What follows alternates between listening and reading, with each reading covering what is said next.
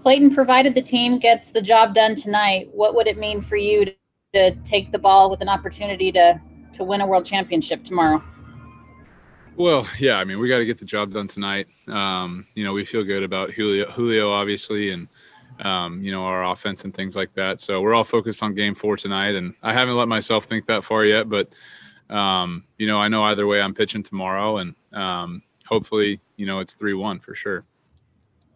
Human tendency is to look ahead, but you guys have done a really good job of not doing so. How are you able to stay focused on just the task at hand and compartmentalize and micromanage each game? Yeah, it's not easy. I think when you've been working so long and so hard for one goal and it's getting closer and closer with each win, it's harder not to think about the end game and what that might be like. And but you just have to. I mean, it's just too hard to think in the future when you have a great team that you're playing against that you have to focus on winning 2 more games, and that starts with tonight. So for me, at least, it's just a constant focus on the next day, the next game, the next pitch. And you just have to remind yourself. You just have to, really discipline yourself to do it. Why is this team built for greatness this year? Well, it's just a great team. I think top to bottom, Andrew did a great job. Put together a great group of guys, and we've got, I think, a great clubhouse. Everybody seems to get along pretty well. A lot of guys that can make people laugh, which is important. You got a lot of guys that are down to business, which is important, and you got a ton of talent, which is really important. Next question is from Dave Vessa. Go ahead. Along those same lines, Clayton, how much do you credit being in this bubble? And we've heard about the group text. We've heard about that courtyard where you guys talk baseball when you leave here. How much do you credit just no outside distractions and only baseball 24/7 for your success? Yeah, I mean, I think it can go both ways. Obviously, sometimes it's nice to turn it off every once in a while, go home. But when you're waking up and seeing Walker chipping golf balls right next to you, it's hard to turn it off. So, but it's been really fun. I think for the most part, I think that's just the biggest thing is waking up and walking outside and seeing everybody hanging out and kiddos getting to run around together and things like that. I think in this time of life when everybody's trying to stay apart and shelter in place and things like that, to have a safe space to do that has been really special for us as teammates, but also our wives, also our kiddos. Just to be able to do that's been great. Did you notice anything different as far as confidence in Austin, going back to spring training, Austin Barnes, and for his evolution this year, the way he's contributed with his bat? I've seen Barnesy do it before, so we all knew it was in there as far as his offensive ability. He swung the bat. I think at one point during the playoffs 2 years ago, he's hitting 5-hole for us, just like Will is now. So, I think it's his offensive ability is in there. And I know he credits, Mookie hitting with Mookie at one point during the season. It's kind of like a jumping off point for him. So whether that gave him a little added confidence, I don't know. But I think from there, you've definitely seen a turning point and him swinging the bat pretty well. Next question is from Kerry Osborne. Good.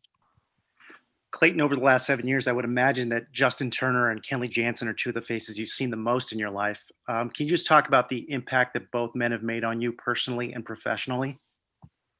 Yeah, it's we've been here a while now. Kenley was my catcher in GCL in the Gulf Coast League in 2006. So I've known Kenley for basically half our life. And, now that JT has been, mainstay for the last 6 or 7 years, it's, I think when you've been around guys like that care as much as they do, that want to have success, that want to, be a part of a World Series championship team in LA, the longer that you've been together and the more times that you've not succeeded, it's going to make that time even more special. So it'll be fun to give those guys a hug if we ever get this thing done. Next question is from Jack Harris. Go ahead.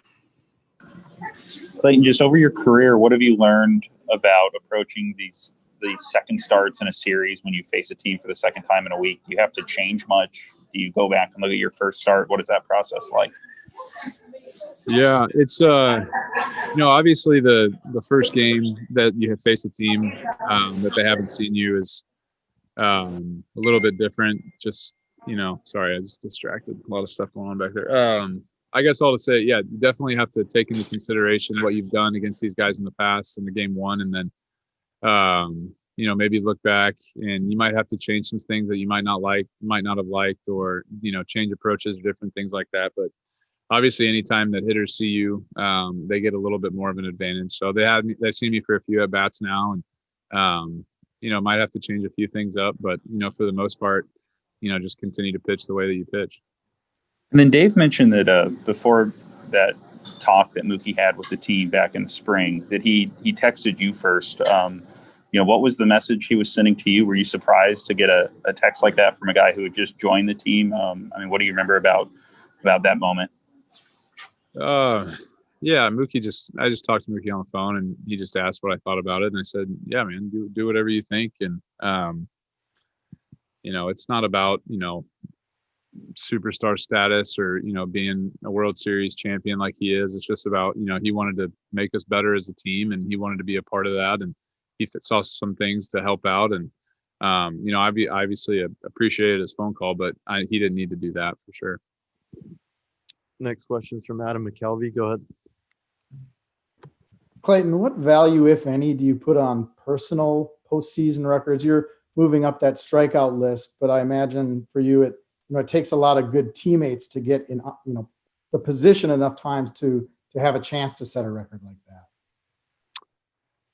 Yeah. Just win. Postseason is just about winning. So just try to win 2 more games as a team. Next question is from Tyler Kepner. Go ahead. About how much he cares about this and how much you obviously care about this. How do you balance that that feeling of wanting it so badly with not trying to make too much of it and give into the pressure of a World Series game? What do you say? Why is it so hard? Can you repeat that, Tyler? Can you repeat that, Tyler?